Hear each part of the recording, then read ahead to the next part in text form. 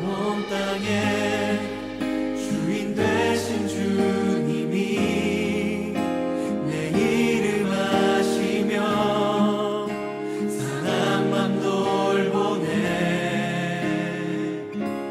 어둠을 밝히시는 새벽별 방황하는 내 맘 주의 길 비추시네.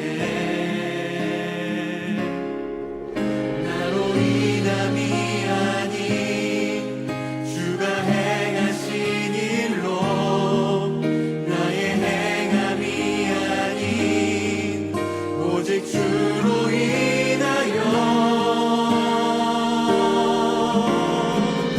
나는 오늘 피었다 지는 이름 없는 꽃과 같네.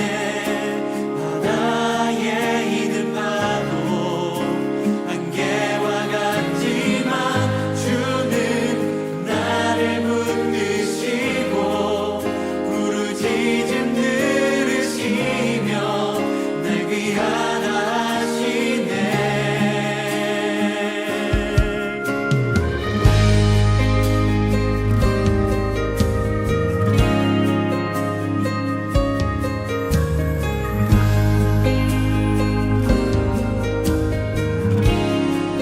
주님은 나의 죄를 보시고 사랑의 눈으로 날 일으키시네. 바다를 잠잠하게 하시듯 내 영혼의 폭풍 고요케 하시네. 나로 인함이 아닌 주가 행하신 일로 나의 행함이 아닌 오직 주로 인하여 나는 오늘 피었다 지는 이름 없는 꽃과 같네. 바다에 있는 파도 안개와 같지만 주는 나를 붙드시고 부르짖음 들으시며 날 귀하다 하시네. 나는 오늘 피었다 지는 이름 없는 꽃과 같네. 바다에 있는 파도 안개와 같지만 주는 나를 붙드시고 부르짖음 들으시며 날 귀하다 하시네.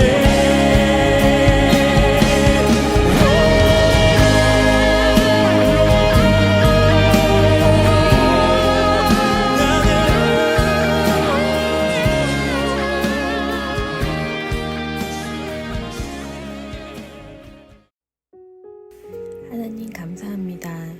아기 예수님이 이 땅에 오신 축복의 날을 앞두고 오늘도 찬양의 교회 수요 예배를 허락하시고 이렇게 주님 앞에 모여 기도하게 하시니 감사합니다.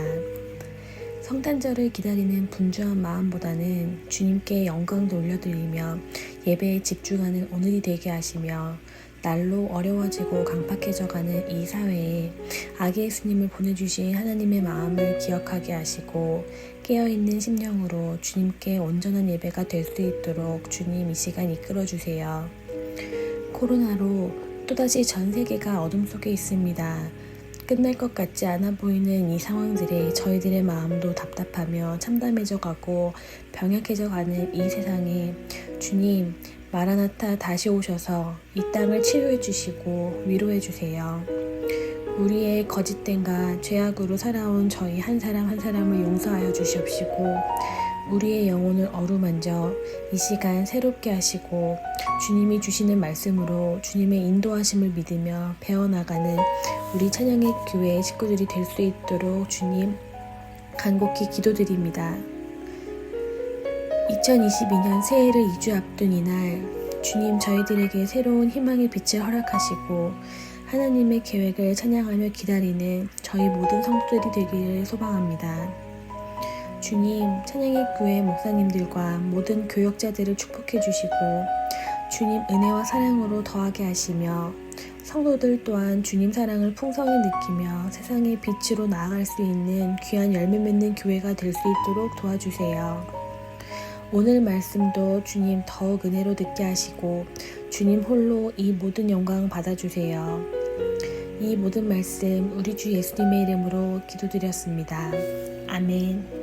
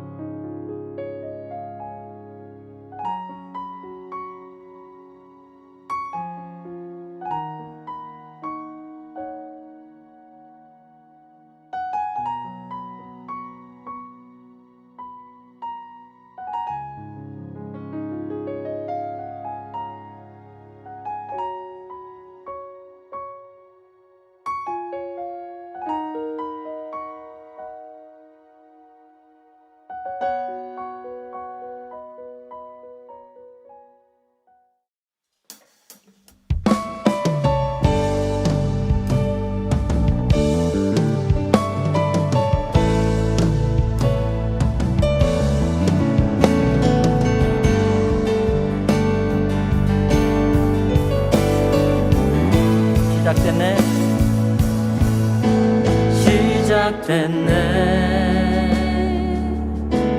우리 주님의 능력이 나의 삶을 다스리고 새롭게 하네 자유하네 죄와 사망으로부터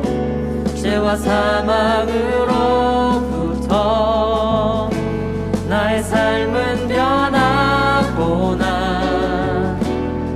충만하네 다시 한번 시작됐네 우리 주님의 능력이 나의 삶을 다스리고 새롭게 하십니다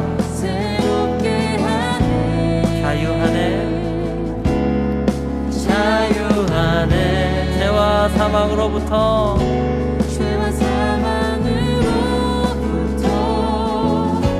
나의 삶은 변하구나 충만하네 은혜로다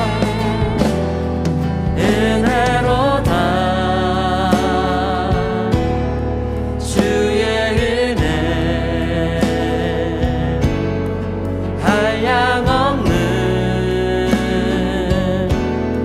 주의 은혜 은혜로다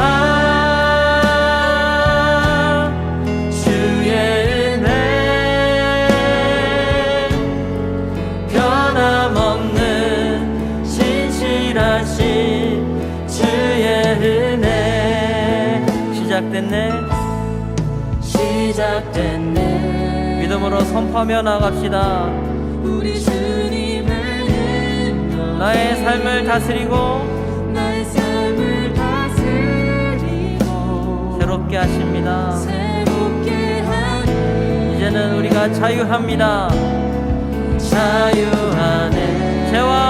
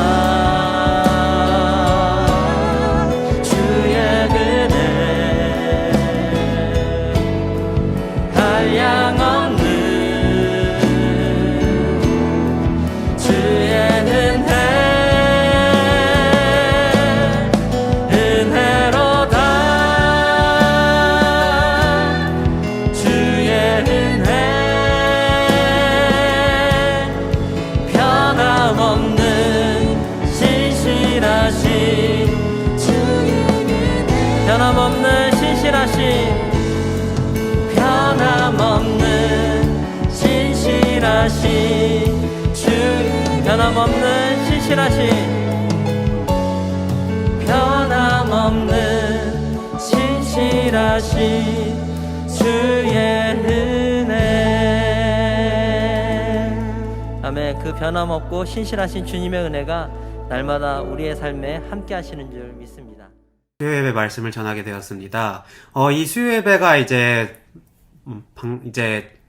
보실 때쯤이면은 성탄절을 며칠 앞에 두고 계신 분들 또한 있으실 거고, 성탄절이 지나고 나서 이 영상을 보시는 분들 또한 있으실 텐데, 모든 분들 가운데 성탄절이 즐거운 성탄절을 보내셨기를 바라고, 즐거운 성탄절이 되기를 바라겠습니다. 말씀을 시작하기 전에 앞서서 성탄절 하니까 생각이 나는 부분인데, 저는 항상 습관 중에 이런 습관이 있습니다. 내가 작년 이맘때 뭐 했지? 내가 작년에 이때 뭐 했을까? 라는 습관이 있어요. 이런 질문을 종종 저에게 스스로 던지는 게 제 습관 중에 하나입니다. 그래서 저는 작년 성탄절 때, 크리스마스 때 뭘 했나? 라고 생각을 했었을 때, 가족들이랑 저녁을 먹고 그 저녁 시간에 책을 읽었던 것들이 생각이 납니다. 그러한 시간들을 보냈었는데, 여러분들은 어떠한 시간을 보내셨습니까? 혹시 기억이 나지 않으신 분들은 어떠한 이번 한 해를 보내셨습니까? 저는 이러한 것들을 생각하는 것들이 습관인데, 여러분들 또한 이번 시간에는 한번 내가 작년 성탄절 또는 이번 한 해는 어떻게 보내셨는지 생각하시면서 그 삶 안에 있으실 하나님의 은혜를 찾으시는 시간이 되시기를 바라겠습니다. 성탄절 하면 몇 가지 연상되는 것들이 있습니다. 물론 예수님이 있고, 예수님의 탄생이 있고, 선물, 그리고 캐롤이 있습니다. 저는 겨울이 시작될 때 12월이 아니더라도 캐롤을 운전하면서 들을 때가 되게 많아요. 이 캐롤을 들을 때면 마음 한구석이 한겨울이지만 따뜻함이 있기 때문에 캐롤을 듣는 것을 좋아하는 것 같습니다. 근데 캐롤을 듣다 보면 한 가지 빠져있는 것이 있습니다. 캐롤이 정말 한겨울에 들을 땐 정말 따뜻한 그런 노래지만, 그 안에 요즘에는 빠져있는 것이 있는데, 그 빠져있는 것이 문득 생각이 난 것이 예수님의 탄생이 빠져있는 캐롤들이 되게 많더라고요. 크리스마스는 예수님의 탄생을 기념하는 날이지만, 제가 태어나기 이전부터, 아주 오래전부터 크리스마스는 예수님의 탄생을 기념하는 날이 아닌 그저 화려한 조명과 신나는 캐롤들로 마음 한켠만 따뜻해지는 날로 변해가고 있는 것이 요즘 크리스마스인 것 같습니다. 저는 아주 어렸을 때 아직도 기억에 나는 몇 가지가 있는데, 성탄절이었는지 아니면 크리스마스 이브였는지 정확하게 언제 했는지 기억은 나지 않는데, 한밤중에 교회 사람들이 몇몇 모여서 집을 돌아다니면서 고요한 밤 거룩한 밤이라는 찬양을 부르면서 그 각각의 집들을 방문했던 것들이 생각이 납니다.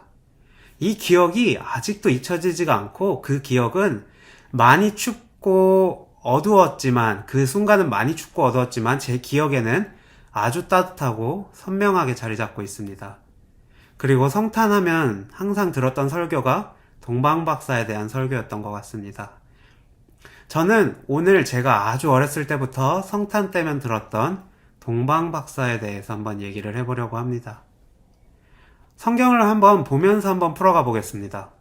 2절을 보면 동방박사들은 유대인의 왕을 가리키는 별을 보고 그에게 경배하러 왔다고 합니다. 이들은 전혀 하나님과 그리고 유대인들과는 관계가 없는 이방 사람인데 그저 별을 보고 왔다고 합니다. 이 당시 점성술은 신빙성이 있었고, 사람들이 생각하는 점술이 있어서 한때 이 동방박사들이 쳤던 점성술은 로마에 크게 한때 영향을 끼쳤기 때문에 많은 사람들로부터 지지를 받는 점술이었어요. 이런 점성술사들이 황금과 유향과 몰약을 예물로 갖고 왔습니다. 우리 한번 상상을 한번 해봤으면 좋겠습니다. 지금 이 시대에 황금을 갖고 옵니다. 일반 점쟁이는 지금 이 시대에도 아닐 거예요. 근데 그런 2000년 전에 그 시대에 동방박사들이 헤롯 앞에 나와서 유대인의 왕을 보러 왔다고 황금과 몰약과 예물을 갖고 왔다고 합니다. 헤롯은 13절에 아이들을 죽인 것은 이러한 이유 때문에 죽이지 않았겠습니까? 하나님은 이러한 이방인들 통해서 자신의 말을 전달하려고 합니다. 하나님은 유대인이 아닌 이방인을 사용하여 자신의 할 말을 전달하려고 합니다. 한 가지 드는 질문이 있습니다. 여기서는 왜 하나님께서는 자신을 믿지도 않는 이방인들을 통하여 자신이 말하고자 하는 것을 전달하게 하였을까요? 여러분들은 어떠한 생각이 드십니까? 당연하잖아요. 팔은 안으로 굽는다고 하는데 물론 하나님 또한 유대인들에게 직접 말씀하시면 됐었던 건데 유대인들에게 직접 말씀하시지 않고 동방박사들을 사용하여서 하나님의 뜻을 전달하려고 합니다. 이러한 이유는 무엇일까요? 우리가 구약 성경 창세기부터 말라기를 보면 공통되게 있는 하나님의 지속적으로 말하는 것은 한 가지예요. 나에게로 오라. 너의 죄를 회개하고 나에게로 오라입니다. 하나님은 절대로 내가 너를 버렸다. 너는 나와 이제 끝이다. 하고 끝을 내신 것이 아닌 창세기부터 말라기 동안 말라기 그 안에 있는 그 책들 안에서 하나님은 지속적으로 말씀하시는 것은 자신에게 오라고 말씀하시는 겁니다. 하지만 이스라엘 백성들은 어떻게 하죠? 하나님의 말을 알아듣지 못합니다. 요한복음을 보면 예수님과 니고데모의 얘기하는 모습이 보입니다. 니고데모는 유대인이죠. 요한복음 3장 12절입니다. 예수님은 니고데모에게 이렇게 말씀하십니다. 땅의 일을 얘기해도 너희가 믿지 아니하는데 어떻게 하늘의 것을 말하느냐? 라고 말씀하십니다. 여러분, 하나님은 이들에게 지속적으로 말하고 또 말하고 계속해서 말씀하시지만 그들이 듣지 아니하니 이방인 동방박사들을 통해서 그들에게 말씀하시는 겁니다. 동방박사들은 이렇게 얘기합니다. 유대인의 왕을 경배하러 왔다. 그들에게 왕이 나셨다는 것은 어떤 의미입니까? 유대인들에게 왕이 나셨다는 것은 어떤 의미입니까? 그냥 일반 왕이 나타나는 겁니까? 그냥 헤롯과 로마 어느 나라의 왕이 나타나는 것과 동일한 의미입니까? 아니요, 메시아의 탄생을 의미하는 겁니다. 하나님이 말하는 것은 내가 수백 년 전부터 얘기하였던 다윗 왕의 핏줄에서부터 나올 메시아가 태어났다. 경배하라 라고 말씀하시는 겁니다. 하지만 그들의 반응은 어떻겠습니까? 별 반응이 없었습니다. 그리스도의 나심이 베들레헴이라고 얘기해 주면서 알고 있지만 동방박사들만 베들레헴으로 향합니다. 물론 그들의 마음은 이해가 돼요. 창세기부터 말라기 동안 지속적으로 메시아에 대해서 말씀하시지만 그게 언젠지를 모르니까 수백 년 전부터 하나님의 약속을 하셨지만 그들의 마음 또한 지쳐 있을 거라는 것은 이해가 됩니다. 하지만 제가 이 부분에서 말씀하고 싶은 것은 그들의 영의 눈이 어두워졌기에 하나님이 보여주시고 싶으신 것을 보지 못하는 겁니다. 하나님이 그들에게 보여주고 싶으신 것은 메시아의 시대이며 메시아가 다스리는 나라입니다. 예수님의 탄생으로 알리는 것은 구원의 시작과 함께 하나님의 나라가 그들 가운데 임한다는 겁니다. 침례 요한은 마태복음 3장 2절에 이렇게 말합니다. 회개하라, 천국이 가까이 왔느니라. 그리고 다음 씬에서 예수님이 등장하십니다. 성경에서 천국이라는 단어는 정말 많이 나올 것 같이 생각이 들잖아요. 하지만 37번이 천국이란 단어가 언급이 되는데 그 중에 36번만이 마태복음에서 언급이 되고 디모데 후서에서 한번 천국이란 단어가 언급이 됩니다. 마태복음을 통해서 하나님께서 우리에게 전달하고 싶으신 것은 왕이신 예수님께서 예수님과 함께 천국이 왔다는 것입니다. 여러분들에게 천국은 어떤 의미입니까? 어떤 것입니까? 천국에 대한 이미지가 있으실 거예요. 여러분들에게 천국의 이미지는 어떤 이미지입니까? 어쩌면 우리는 천국에 대한 이미지를 너무 뜬구름 잡는 것과 같은 생각을 하고 있는지 아닌지 생각을 한번 해봅니다. 천국은 하나님이 다스리는 나라입니다. 침례 요한이 천국이 가까이 왔느니라 회개하라 라고 외치며 다음 장면에 예수님이 등장하십니다. 그가 다스리는 나라가 천국이지 않겠습니까? 예수님이 등장하시면서 천국이 오는 겁니다. 하나님께서 동방박사들을 통하여 알리고자 하는 것은 왕이신 예수님의 탄생과 함께 주님께서 천국을 들여오셨다는 것을 말씀하시는 건데, 듣지 못하는 자들에게 말씀하시고 싶어서 동방박사들을 통하여서 하나님은 말씀하십니다. 주님께서 천국을 들여오셨다는 것을 듣지 못하고 보지 못하는 그들에게 말씀하시고 싶으셨던 거예요. 여러분, 예수님은 우리 가운데 계시며 우리가 가야 할 길을 인도하는 분 아니십니까? 내 안에 계셔 나를 인도해 주시는 분이 예수님 아니십니까? 우리는 그가 다스리는 나라에 살고 있습니까? 아니면 우리는 누구의 다스림을 받고 있습니까? 한번 생각해 보셨으면 좋겠어요. 제가 아까도 말씀드렸지만 저의 습관 중에 하나는 뒤를 돌아보는 것이 습관 중에 있습니다. 여러분들 또한 나의 삶을, 어제의 삶을, 저번 주의 삶을 뒤돌아보면서 나는 과연 누구의 다스림을 받고 있었는지에 대해서 한번 생각해 보셨으면 좋겠습니다. 저는 내 안에 있는 예수님의 다스림을 받고 싶습니다. 제 주변에도 그렇지만 많은 사람들이 다른 것에 다스림을 받을 때가 많아요. 하지만 저는 제 안에 있는 예수님의 다스림을 받고 싶습니다. 우리가 한번 주변에 이제 일을 하시는 분들도 많으실 테고 많은 사람들과 얘기를 하시면은 요즘 그리고 최근 한 몇 년 안에 되게 많은 크게 화제가 되는 주제가 하나 있어요. 그게 뭔지 여러분들도 몇 가지가 생각이 나실 텐데 제가 이번에 얘기하고 싶은 것은 투자 또는 주식에 대해서 많은 사람들이 관심을 가지고 있고 생각을 하고 있고 많은 사람들이 대화의 주제로 사용하고 있습니다. 여러분, 많은 사람들이 투자를 하는데 왜 하는 걸까요? 한번 생각해 보세요. 정말로 많은 사람들이 요새 투자를 하고 주식을 하고 코인을 하는 사람들이 있는데 그 사람들이 왜 그런 것들을 하는 걸까요? 한번 심플하게 한번 생각해 보세요.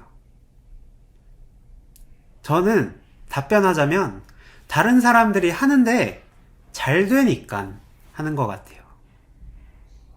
여기서 잘못된 게 어떤 겁니까? 여기서 우리가 볼 때 잘못된 것이 어떤 겁니까? 투자를 하는 건가요? 아니요. 그냥 하나님의 인도함 없이 남들이 잘 되는 걸 보이니까 하나님의 인도함 없이 다른 사람들이 하니까 나 스스로 결정하고 따라가는 게 잘못된 것입니다.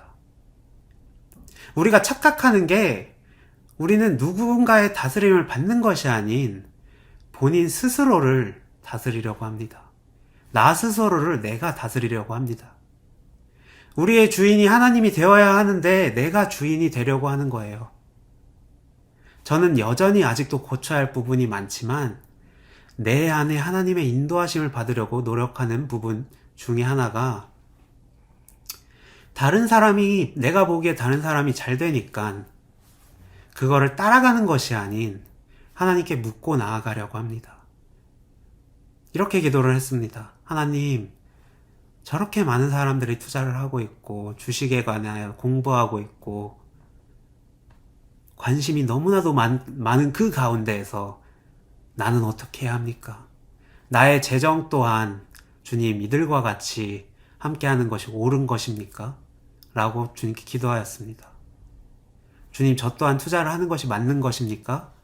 라고 했을 때 그 순간 기도에 대한 응답이 없었습니다. 근데 며칠이 지나고 하나님이 이런 답변을 주시더라고요. 믿음으로 사는 삶을 보여줘라. 우리 주변을 한번 둘러보면 좋을 것 같아요. 우리 주변을 한번 생각해 봅시다, 지금. 우리 주변을 둘러보면은 분명히 하루 벌어서 하루 먹고 사는 사람들이 분명히 있습니다. 찾아보면 정말 많습니다. 저는 그런 사람들에게 소망이 되고 싶더라고요. 그래서 저는 투자하려고 생각했던 재정들을 선교사님께 후원하기로 결정하였습니다.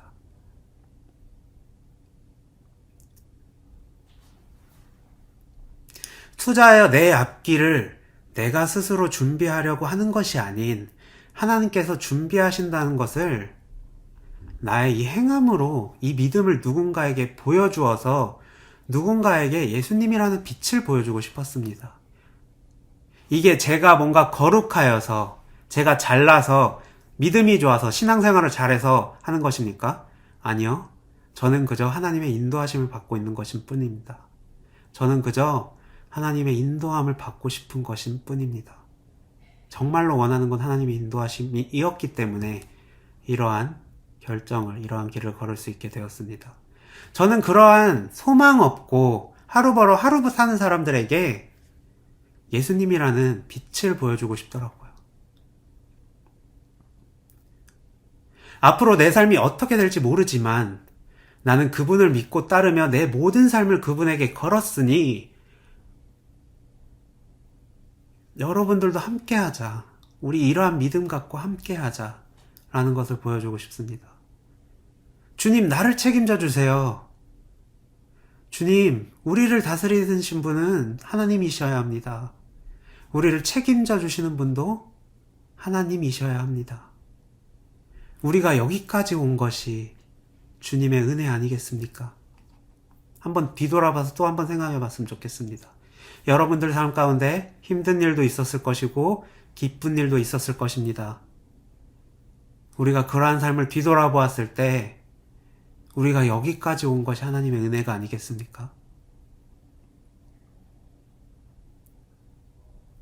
제가 뒤돌아보았을 때 정말로 하나님을 만나는 그 순간, 그리고 하나님의 은혜를 경험하는 그 순간, 그 모든 순간이 하나님의 은혜라는 것을 저는 알고 있습니다. 제가 여기까지 올 수 있었던 것은 하나님이 나를 책임져 주셨다는 것을 경험했기 때문에 내 삶을 주님께 던질 수 있었습니다. 여러분, 저는 앞으로도 하나님께서 저를 책임져 주실 것을 믿는 것이 그의 나라에 사는 삶이라고 믿습니다. 저는 앞으로도 하나님께서 저를 책임져 주실 것을 믿는 것이 그의 나라에 사는 삶이라고 생각합니다.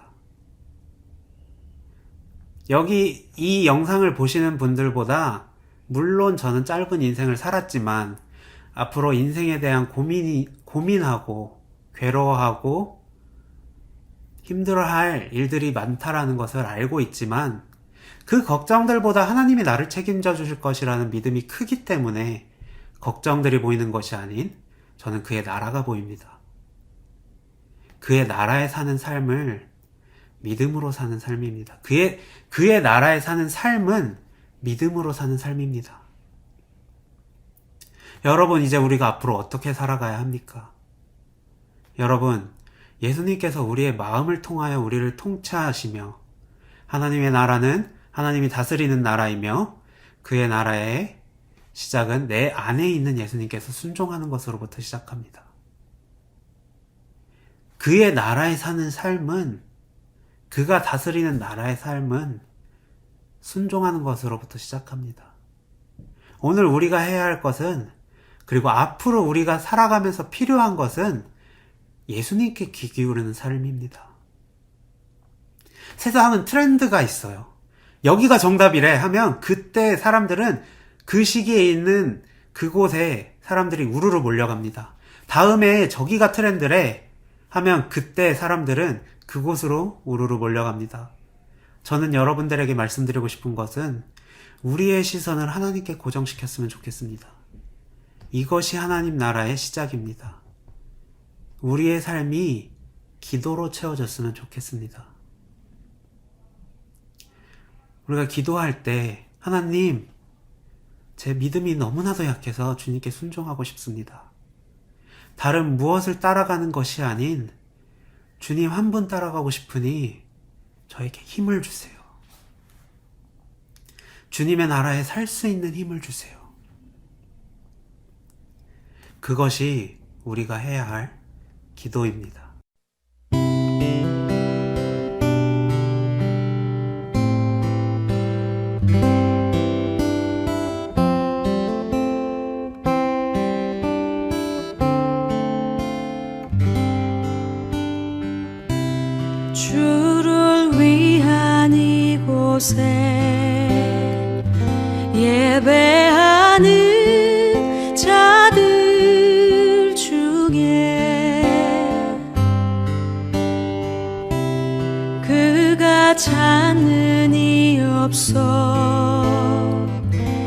주님께서 슬퍼하시네.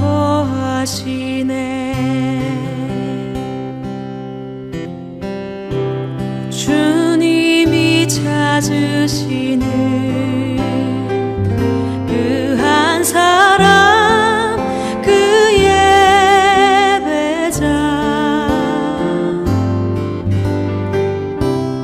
내가 그 사람 되기 간절히 주께 예배하네. 주 은혜로 이곳에 서 있네. 주 임재에 엎드려 절하네. 그 어느 것도 난 필요 없네. 주님만 경배해. 주 은혜로 이곳에 서 있네. 주 임재에 엎드려 절하네.